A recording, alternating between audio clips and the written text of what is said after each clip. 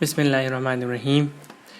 अस्सलाम वालेकुम dear students, आपको computer science second year lecture में खुशामदीद कहते हैं। डियर स्टूडेंट्स, हम इफ़ एल्स स्ट्रक्चर के बारे में पढ़ रहे हैं और इफ़ एल्स स्ट्रक्चर के हमने कुछ प्रोग्राम्स बनाए थे। आज इस टॉपिक में हम इफ़ एल्स की मज़ीद कुछ प्रोग्राम्स बना के इफ़ एल्स को अच्छे तरीके से समझेंगे। डियर स्टूडेंट्स, सबसे पहले हम इफ़ एल्स का रिव्यू कर लेते हैं। हमारे पास basically if else structure if statement का एक और हिस्सा है, एक और टाइप है हमारे पास। इफ़ एल्स के अंदर हमारे पास दो हिस्से होते हैं।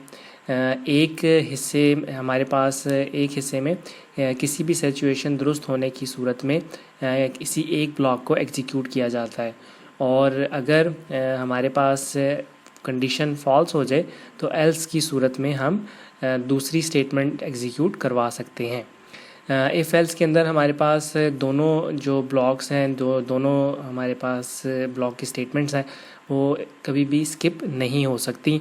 इसी तरह हमारे पास ये भी मुमकिन नहीं है कि दोनों ब्लॉक्स की स्टेटमेंट ही एक साथ एग्जीक्यूट हो जाए, क्योंकि हमारे पास इफ़ एल्स के अंदर किसी एक ब्लॉक की कंडीशन दुरुस्त होगी और उस दुरुस्त होने की सूरत में दूसरी स्टेटमेंट हमेशा फॉल्स रहेगी। तो ये इसका सिंपल सिंटेक्स है।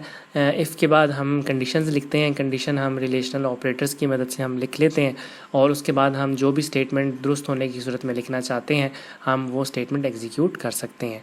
और अगर हमारे पास इफ़ की कंडीशन दुरुस्त ना हो तो हम एल्स की सूरत में दूसरी स्टेटमेंट भी एग्जीक्यूट करवा सकते हैं। इसी तरह अगर हम एक से ज़्यादा स्टेटमेंट्स लिखना चाहते हों तो उसके लिए हमारे पास कर्ली ब्रेसेस का हम इस्तेमाल करते हैं। इसका हम सिंटेक्स हम देख लेते हैं। हम इफ़ के बाद हम कंडीशन लिखते हैं, कंडीशन के बाद हम ब्रेसेस का इस्तेमाल करते हैं। ओपन ब्रेस और क्लोज ब्रेस, ये हमारे पास वही ब्रेसेस हैं जो हम हमेशा अपना प्रोग्राम लिखने के लिए हम स्टार्ट करते हैं। तो ये जो हमारे पास ओपन और क्लोज ब्रेस हैं, ये बेसिकली इफ़ की बॉडी बन जाएगी, और इस इफ़ कंडीशन दुरुस्त होने की सूरत में इस ब्रेसेस के अंदर जितनी भी स्टेटमेंट्स हैं वो सब की सब एग्जीक्यूट हो जाएंगी। यानी दुरुस्त होने की सूरत में ये सारी की सारी स्टेटमेंट्स इफ़ का हिस्सा होंगी, और एल्स की सूरत में अगर कंडीशन फॉल्स हो जाती है तो फॉल्स होने की सूरत में इन ब्रेसेस के दरमियान में जितनी भी स्टेटमेंट्स हैं ये सारी की सारी उस वक्त एग्जीक्यूट हो जाएंगी। अब डियर स्टूडेंट्स, हम अपने प्रोग्राम एग्जीक्यूट करने के लिए हम अपने डेव C++ के कंपाइलर पे डियर स्टूडेंट्स, हमारा सबसे पहला प्रोग्राम इफ़ एल्स के लिए हम उसकी स्टेटमेंट पढ़ लेते हैं। इसमें है write a program that input a number, यानी इस प्रोग्राम में हमने यूज़र से एक नंबर इनपुट करवाना है। इसके बाद it display square root of the number if the number is positive, यानी अगर हमारे पास वो जो यूज़र हमें नंबर देगा अगर वो नंबर पॉजिटिव होगा, प्लस में होगा, तो उस नंबर का हम स्क्वायर रूट निकाल के दिखा देंगे। Otherwise the program display a message invalid input. और अगर हमारे पास जो यूज़र है अगर वो फॉर एग्ज़ाम्पल आपको पॉजिटिव नंबर नहीं देता, नेगेटिव नंबर दे देता है, तो उस सूरत में हम मैसेज प्रिंट करेंगे कि हमारे पास जो इनपुट है वो बेसिकली इनवैलिड हो चुकी है। तो इस प्रोग्राम में हम इफ़ एल्स की मदद से उसको बनाकर देखते हैं और हम उसके रूट को हम फाइंड करेंगे। तो सबसे पहले हम इसमें हेडर फाइल्स, अपनी दो हेडर फाइल्स हम हमेशा शामिल करते हैं। तो वो हेडर फाइल्स हम हमेशा हैश के सिंबल से शामिल करते हैं। हैश इंक्लूड studio.h, और जो दूसरी हमारे पास हेडर फाइल है वो हमारे पास conio.h। ये दो हमारे पास हेडर फाइल्स हैं। इसके साथ हमने डियर स्टूडेंट्स हमारे पास यहाँ पर हम स्क्वायर रूट फाइंड करना चाहते हैं। तो स्क्वायर रूट फाइंड करने के लिए हमारे पास एक और हमारे पास हेडर फाइल मौजूद है, इसे हम math.h कहते हैं। इस हेडर फाइल के अंदर हमारे पास बहुत सी मैथ के फंक्शंस जो हैं वो यहाँ पर मौजूद होते हैं। इसमें हमारे पास इस मैथ के फंक्शंस के अंदर हमारे पास square root, sine, tangent, cosecant, इस तरह के हमारे पास बेशुमार जो बिल्ट इन फंक्शंस हैं वो हमारे पास math.h के अंदर भी मौजूद होते हैं। तो हम स्क्वायर रूट के लिए हम math.h की हेडर फाइल शामिल करेंगे और इस math.h की मदद से ही हम अपना स्क्वायर रूट प्रोग्राम का जो स्क्वायर रूट है वो उसे हम एग्जीक्यूट करवा के देखेंगे। तो डियर स्टूडेंट्स, सबके बाद हमारे पास हेडर फाइल्स हैं। हेडर फाइल्स के बाद हम हमेशा अपना मेन प्रोग्राम स्टार्ट करते हैं। मेन लिखने के बाद हम 2 ब्रेसेस लगाएंगे और इसके बाद हमारे पास ये ओपन ब्रेस और क्लोज ब्रेस हम यहाँ से स्टार्ट करेंगे। तो डियर स्टूडेंट्स, जैसे कि हमारे पास हमने यहाँ पर यूज़र से एक नंबर इनपुट करवाना है, तो इनपुट करवाने के लिए हम यहाँ पर एक डाटा टाइप डिफ़ाइन करेंगे। क्योंकि हमारे पास नंबर जो है वो कंप्लीट होल नंबर होगा, इसलिए हम यहाँ पर एक इंट डिफ़ाइन कर लेते हैं और उसका नाम जो है हम एक्स रख लेते हैं और उसको हम इनिशियलाइज 0 से कर लेते हैं ताकि जो उसके अंदर इनिशियल वैल्यू है तो वो हमारे पास 0 हो जाए। यानी एक्स में जो इब्तदाई वैल्यू है वो 0 होगी। अगर इसके बाद यूज़र कोई वैल्यू एंटर करेगा तो एक्स की वैल्यू उससे रिप्लेस हो जाएगी।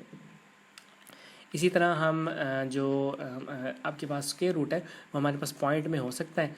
तो इसके लिए हम जो स्क्वायर रूट है उसके लिए हम एक वेरिएबल का नाम जो है वो हम SQR डिफ़ाइन कर लेते हैं और ये 2 वेरिएबल्स हमें चाहिए होंगे अपने प्रोग्राम के लिए।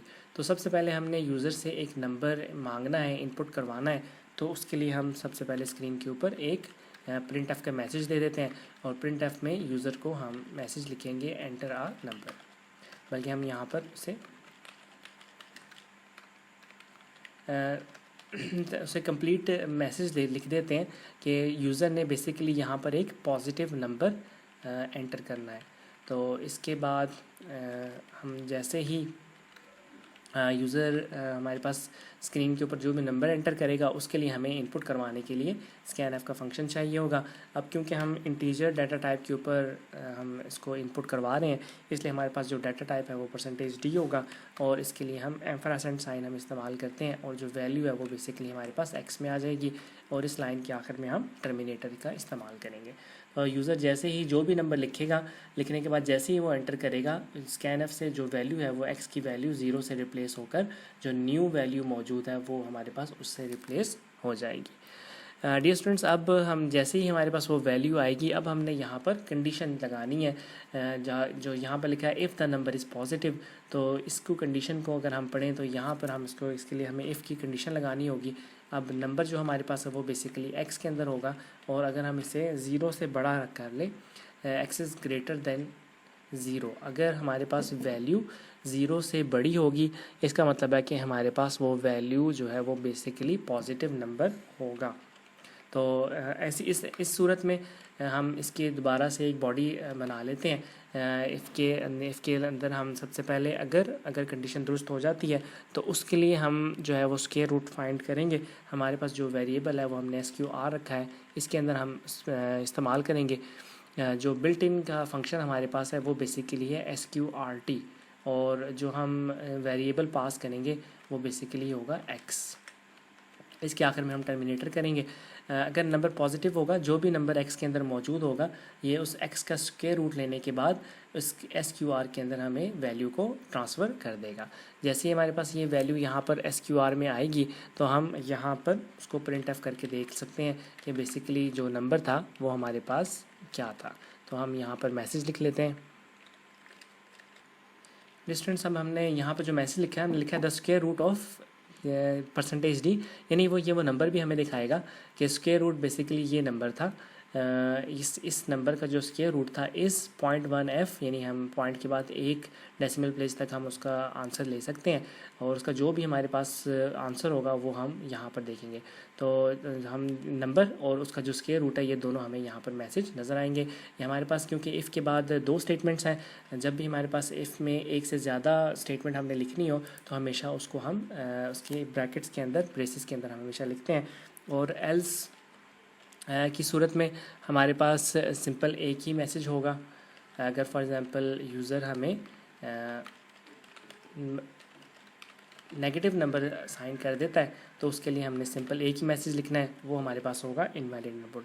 अब क्योंकि ये हमारे पास इसमें एल्स का सिर्फ स्टेटमेंट जो है वो एक ही स्टेटमेंट के ऊपर मुश्तमिल है, इसलिए हम एल्स में इनवैलिड इनपुट लिखेंगे और इसमें हमें ब्रेसेस लगाने की ज़रूरत नहीं है। लेकिन इफ़ में अगर आप देखें हमारे पास दो स्टेटमेंट्स हैं और ये दोनों जो हैं ये हमारे पास इफ़ का ही हिस्सा है, इसलिए हम यहाँ पर ब्रेसेस लगाएंगे और ब्रेसेस लगाने के बाद हम इसको इस्तेमाल करेंगे। तो ये हमारे पास इफ़ और एल्स हमारे पास स्टेटमेंट्स हैं। अब हम अपने प्रोग्राम को सबसे पहले कंपाइल कर लेते हैं ताकि हम इसमें चेक कर लें।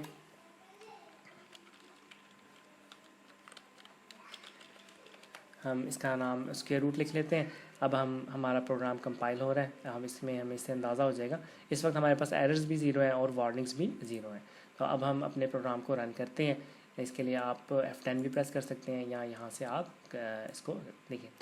जैसे ही हमने अपने प्रोग्राम को एग्जीक्यूट किया तो हमारे पास यहाँ पर सबसे पहले जो हमने printf में मैसेज लिखा था एंटर अ पॉजिटिव नंबर, हमारे पास मैसेज लिखा हुआ आ गया है। हम यहाँ पर सबसे पहले एक पॉजिटिव नंबर हम लिखते हैं, हम इसे 81 लिख के एंटर प्रेस करते हैं। तो अब यहाँ मैसेज हमारे पास आ गया the square root of 81 is 9। तो हमारे पास जो 81 का स्क्वायर रूट है वो बेसिकली 9 होता है। इसका मतलब है हमारा ये प्रोग्राम इस वक्त बिल्कुल ठीक तरीके से एग्जीक्यूट कर रहा है। अब हम किसी भी की को प्रेस कर सकते हैं। की को प्रेस करने के बाद अब हम इसको एल्स के लिए हम दोबारा से इसको चलाएंगे। हम इसे पहले कंपाइल कर लेते हैं। इस वक्त हमारे पास एरर्स भी ज़ीरो हैं और वार्निंग्स भी ज़ीरो हैं। अब हम इसे रन करके देखते हैं। डियर स्टूडेंट्स, हमारे पास वही इस वक्त मैसेज मौजूद है। अब हम इसे रन करेंगे, इसे हम क्लोज़ कर लेते हैं। अब हम इसे रन करते हैं। अब हम यहाँ पर एक माइनस में जो है वो नंबर असाइन करेंगे। हम -10 जो है हम इसे एंटर करते हैं। हम जैसे ही यहाँ पर -10 एंटर करेंगे तो यहाँ पर आपके पास इनवैलिड इनपुट आ जाएगा, क्योंकि हमारा जो प्रोग्राम है वो 0 से ग्रेटर होना चाहिए था। अब क्योंकि यहाँ पर condition x is greater then 0 है और x की वैल्यू हमारे पास 0 से लेस है, तो हमारे पास इफ़ की ये जो दोनों स्टेटमेंट्स हैं ये एग्जीक्यूट नहीं हुई, बल्कि एल्स में हमारे पास जो आपके पास इनवैलिड इनपुट है वो हमारे यहाँ पर मैसेज प्रिंट हो गया और इसके बाद हम अपने प्रोग्राम को जो है वो एग्ज़िट हम कर सकते हैं।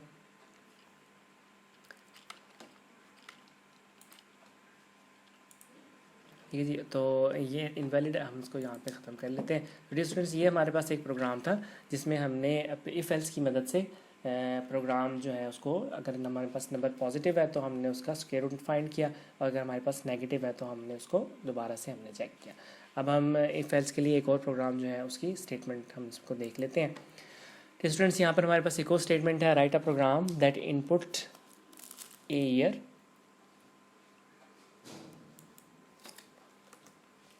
यूज़र जो है हमारे पास कोई भी साल एंटर करेगा and find whether it is a leap year और not using if else structure.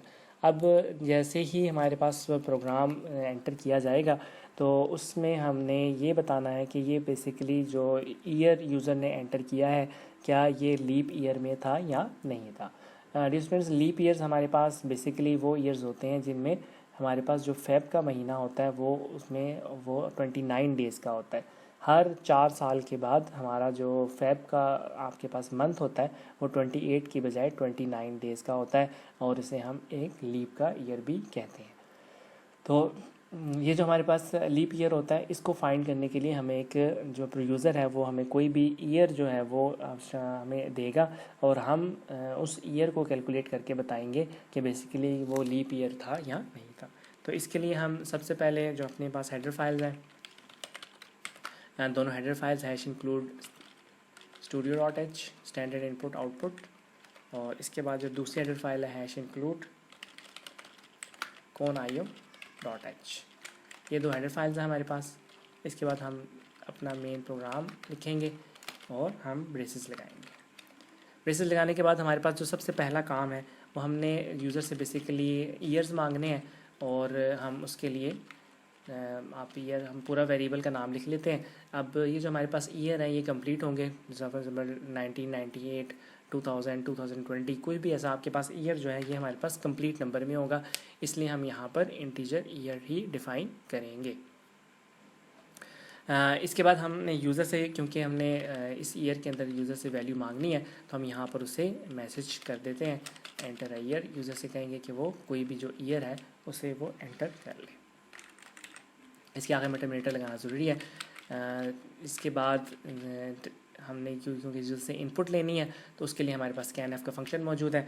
Data type हमारे पास इंटीजर है, इसलिए हम यहाँ पर %d लिखेंगे और कॉमा के बाद एम्परसेंड साइन लगाया जाएगा और जिस वेरिएबल के अंदर हम बेसिकली वैल्यू लेना चाह रहे हैं वो ईयर है, उसे हम यहाँ पर लिख देंगे। तो डियर स्टूडेंट्स, यहाँ तक हमारा जो प्रोग्राम है वो यूज़र से इनपुट मांगेगा और यूज़र से इनपुट मांगने के बाद हमारा जो प्रोग्राम है वो scanf की मदद से उस वैल्यू को उस ईयर के अंदर स्टोर करवा देगा। स्टूडेंट्स, अब हमने यहाँ पर लगानी कंडीशन। कंडीशन के लिए हम यहाँ पर इफ़ लिखेंगे, जो यूज़र ने हमें वैल्यू एंटर की है ईयर, अब हम इसका मॉड लेंगे 4 के साथ, और अगर ये 0 के बराबर आ गया, ठीक है जी, यानी ईयर जो भी है आपके पास, अगर वो 2020 है, इसका मॉड लिया जाएगा 4 के साथ, इसको यानी डिवाइड किया जाएगा 4 के साथ।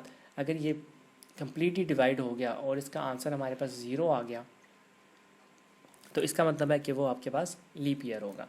और अगर फॉर एग्जाम्पल 1993 है, अगर हम इसका मॉड लें 4 के साथ, इसको डिवाइड करें 4 के साथ और इसका जो रिमाइंडर है, अगर वो रिमाइंडर आपके पास 1 आ गया तो लेफ़्ट हैंड साइड के ऊपर आपके पास 1 होगा और राइट हैंड साइड के ऊपर आपके पास 0 होगा।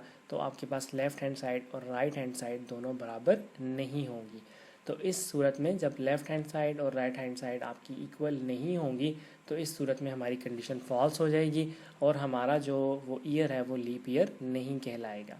और अगर हमारे पास जो भी यूज़र ने वैल्यू दी है उसको हम डिवाइड करें 4 के साथ, उसका जो रिमाइंडर है यानी जो एंड में आंसर है, जो आपके पास डिविडेंड नहीं बल्कि जो आंसर उसका है, अगर वो कम्प्लीटली डिवाइड हो गया और उसका आंसर 0 आ गया तो उस सूरत में हमारे पास लेफ़्ट हैंड साइड के ऊपर 0 मौजूद होगा। तो लेफ़्ट हैंड साइड के ऊपर भी 0 है और राइट हैंड साइड के ऊपर भी 0 है। जब लेफ़्ट हैंड साइड और राइट हैंड साइड दोनों इक्वल हो जाएंगी तो इसका मतलब है कि हमारे पास बेसिकली जो यूज़र ने हमें एंटर किया थी, वैल्यू एंटर की थी, वो बेसिकली हमारे पास एक लीप ईयर था। तो अब हम जैसे ही अगर ये हमारे पास कंडीशन दुरुस्त हो जाती है तो हम उसके लिए देख लेते हैं कि यूज़र ने हमारे पास वो वैल्यू क्या एंटर की थी। तो हम उसे कहेंगे, जो भी यूज़र ने हमें वैल्यू एंटर की थी वो हम यहाँ पर चेक कर लेंगे कि ये जो फॉर एग्जाम्पल 2000 जो भी उसने बताया था वो आपके पास एक लीप ईयर था। अब सिंपल हम एल्स की कंडीशन लगा लेते हैं। एल्स में अगर फॉर एग्जाम्पल आपके पास ये कंडीशन दुरुस्त नहीं होती तो यहाँ पर हमने सिंपल प्रिंटफ की कंडीशन लगा लेनी है कि आपके पास ये जो आपने ईयर एंटर किया है वो is not a leap year. ये जो आपके पास बेसिकली आपने एंटर किया था वो लीप ईयर नहीं था। इसके बाद हम प्रोग्राम को ख़त्म कर लेते हैं, टर्मिनेटर लगा लें। ठीक है डियर स्टूडेंट्स, आपने याद रखना कि हमारे पास जो कंडीशंस होती हैं इफ़ और एल्स, इसके आखिर में टर्मिनेटर नहीं लगाया जाता। इसके अलावा हम अपने मेन की ब्रेसेस के अंदर जितने भी स्टेटमेंट्स लिखते हैं उनके आखिर में हमेशा टर्मिनेटर लगाया जाता है। तो ये जो आपके पास है, ये पहली जो दोनों आपके पास लाइन्स हैं ये बेसिकली हमारे पास हेडर फाइल्स हैं,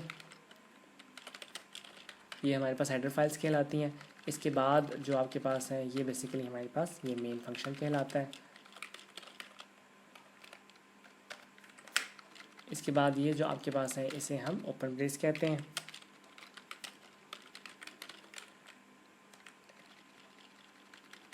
ये हमारे पास जो है इसे हम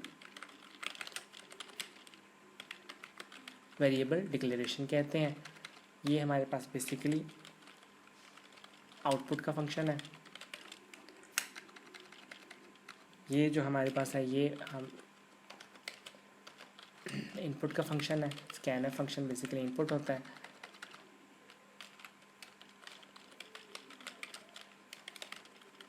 ये हमारे पास डिसीजन कंट्रोल है और डिसीजन कंट्रोल होने की सूरत में ये हमारे पास दुरुस्त और फॉल्स होने, आपके पास दुरुस्त होने की सूरत में कंडीशन और फॉल्स होने की सूरत में हमारे पास कंडीशन है।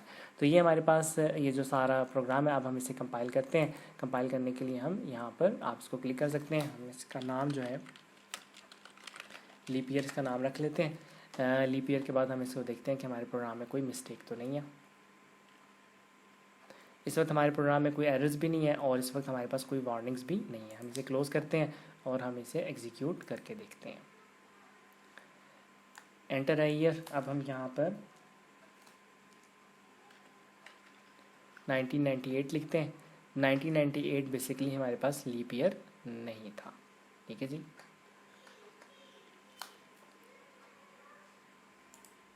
हम इसे दोबारा रन करते हैं। जो हमारे पास 2020 है ये बेसिकली हमारे पास लीप ईयर था। ठीक है जी। तो आप इसको इस तरह से चेक कर सकते हैं कि आपके पास जो ईयर आपके पास कम्प्लीटली 4 पे डिवाइड हो जाएगा वो आपके पास लीप ईयर होगा, और जो हमारे पास 4 पे कम्प्लीटली डिवाइड नहीं हो सकेगा वो बेसिकली आपके पास जो है वो आपके पास। तो डियर स्टूडेंट्स, हमने आज के प्रोग्राम में 2 प्रोग्राम्स देखे।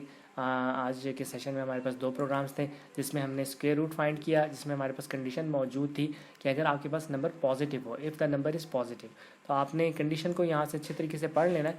पढ़ने के बाद आपने कंडीशन हम सिंपल यहाँ पे लगाई है, if x is greater than equal to 0। अगर आपके पास कंडीशन 0 से बड़ी होगी तो ऑब्वियस बात है कि आपके पास हमारे पास जो नंबर्स होंगे वो बेसिकली पॉजिटिव में होंगे। और इसके अलावा अगर ये कंडीशन फॉल्स हो जाती है तो ऑटोमेटिकली हमारे पास जो कंडीशन है वो एल्स में चली जाएगी, और एल्स में हमारे पास जो कंडीशन है वो हमारे पास इनवैलिड ही होगी। यानी हमने जैसे कि प्रोग्राम में उसको बता दिया हुआ है कि अगर पॉजिटिव नंबर नहीं होता तो हमने सिंपल एक मैसेज इनपुट करवाना है, इनवैलिड इनपुट। तो यहाँ पर अगर आपके पास कंडीशन दुरुस्त नहीं होती तो दूसरी सूरत में हमारे पास एल्स में हमने सिर्फ एक ही इनपुट होगी, हम वहाँ पर इनवैलिड इनपुट लिख लेंगे। लेकिन कंडीशन दुरुस्त होने की सूरत में हम 2 स्टेटमेंट्स चलाना चाहते हैं। एक तो हम स्क्वायर रूट का फंक्शन हमने यहाँ पर इस्तेमाल किया मैथ डॉट एच के। ये जो आपके पास SQRT है ये बेसिकली बिल्ट इन फंक्शन है।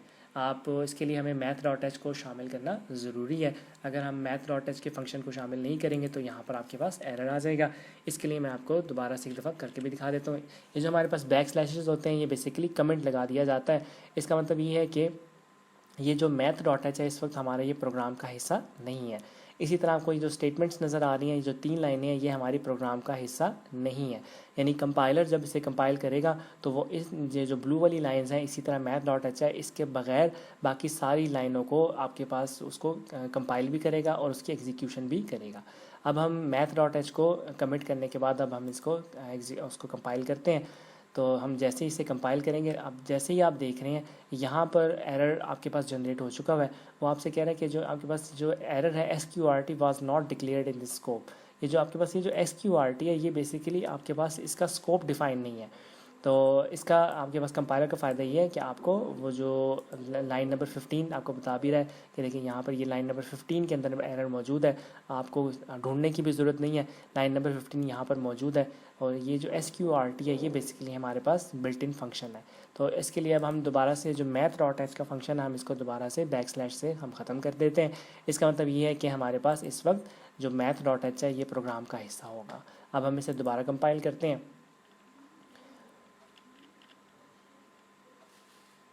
जैसे हमने इसको दोबारा कंपाइल किया अब आप देख सकते हैं कि इसके अंदर हमारे पास ना कोई एरर्स हैं, ना हमारे पास इसमें कोई वार्निंग्स मौजूद हैं। अब हम इसको रन करके देखते हैं।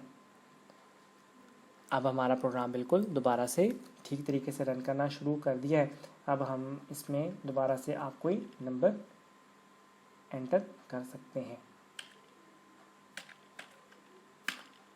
तो 127 का जो स्क्वायर रूट है वो 11.3 आपके पास आ जाएगा।